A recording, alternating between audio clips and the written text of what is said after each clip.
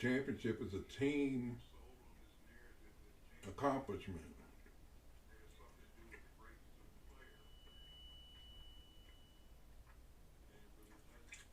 And I think this issue with Jason Tatum just proves what I've been saying.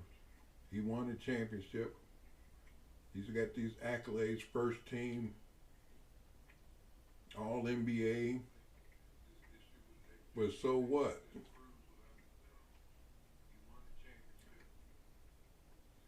That did not have anything to do with how he was playing in these Olympics.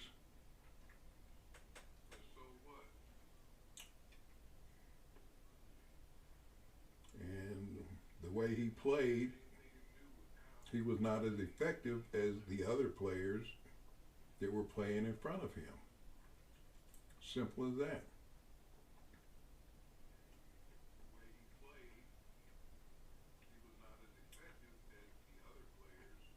I heard Sam Mitchell going off. Oh, he wasn't a. You can't say he wasn't a fit. That's disrespectful.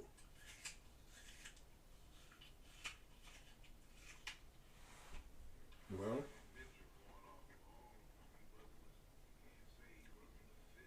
when you saw him play, he wasn't shooting the ball very well. He's not a very good ball handler. He's not a playmaker. So, what was Kurt supposed to do? Anyway, that's nonsense. The other ridiculous narrative I heard concerning the Olympics was this continual hate on LeBron James. I heard one guy call in on the show, a talk show, and essentially saying that LeBron James was the problem. He shouldn't have been playing as much. He's the problem with them not being able to run. They need to play Halliburton at the point guard position.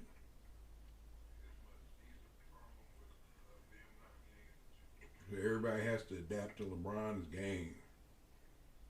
So LeBron was the problem.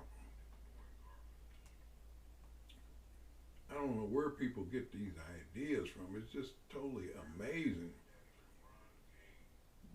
Did not they just see the FIBA World Championships where the United States team came in fourth place?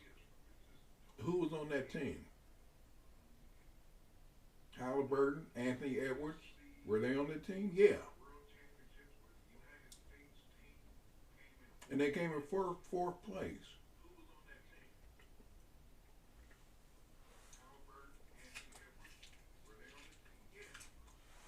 People just don't think. It's just amazing. So you take LeBron off that team and you think they would have won. They would have won by a larger margin. They wouldn't have struggled if LeBron wasn't playing.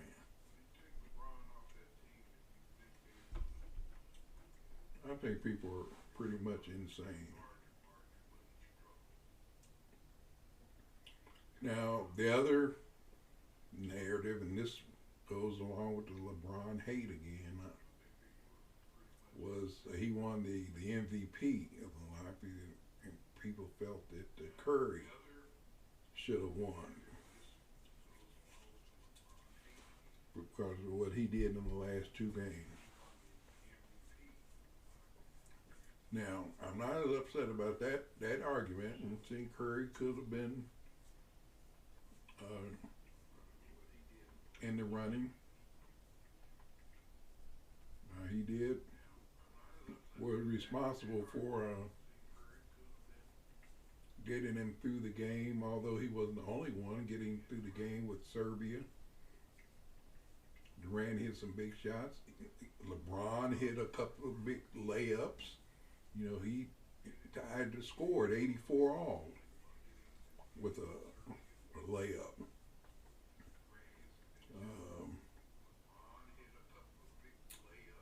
So, you know, plus I think they played like 6 games, and Curry was the deciding factor in 2 of those games.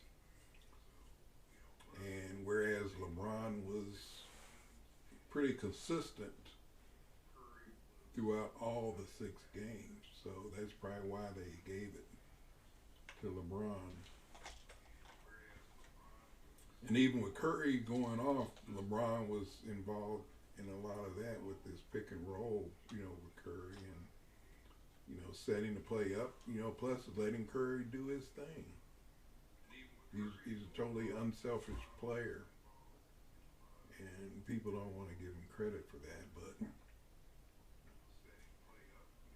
and then you had some of these NBA players, which are also considered, you know, haters. Stephen Marbury, I think he came out and was complaining that LeBron was not the MVP. It should have been Curry, and you know, he's a long time LeBron hater.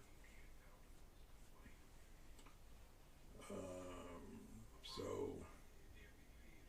it's you know, interesting, but it's all nonsense to me. The whole reason LeBron, KD, Steph Curry played on the Olympics, really, if you think about it, is because what happened to the USA team in FIBA coming in 4th place. So nobody wants to think of that. So LeBron basically is saying, you know, we're going to win the gold, and he's got his buddies to come in and buy in on this once he bought in. Because apparently we wouldn't have won without those guys to hold heads. Think about it. FIBA 2023, 4th place. Nobody talks about that.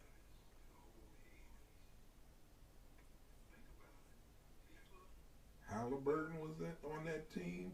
Anthony Edwards, Jalen Brunson. I mean, I don't know if I think Jason Tatum might even have been on that team, but those guys did not get it done. So to sit back and say, "Oh, we should have let the young guys take the lead,"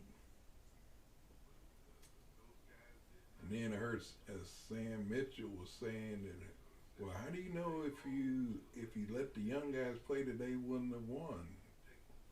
Well, you know, because of what happened in FIBA 2023, where they came 4th place. That's how you know. Oh boy, these guys, the way they think is amazing to me. But anyway, that's kind of my take on that. I'm glad the USA won. It was close. They very easily could have lost. As a matter of fact, in that Survey game, I thought they would lose.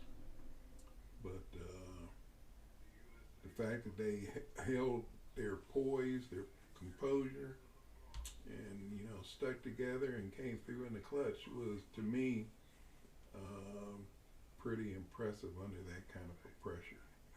Because if they had lost, you know what the narratives would have been.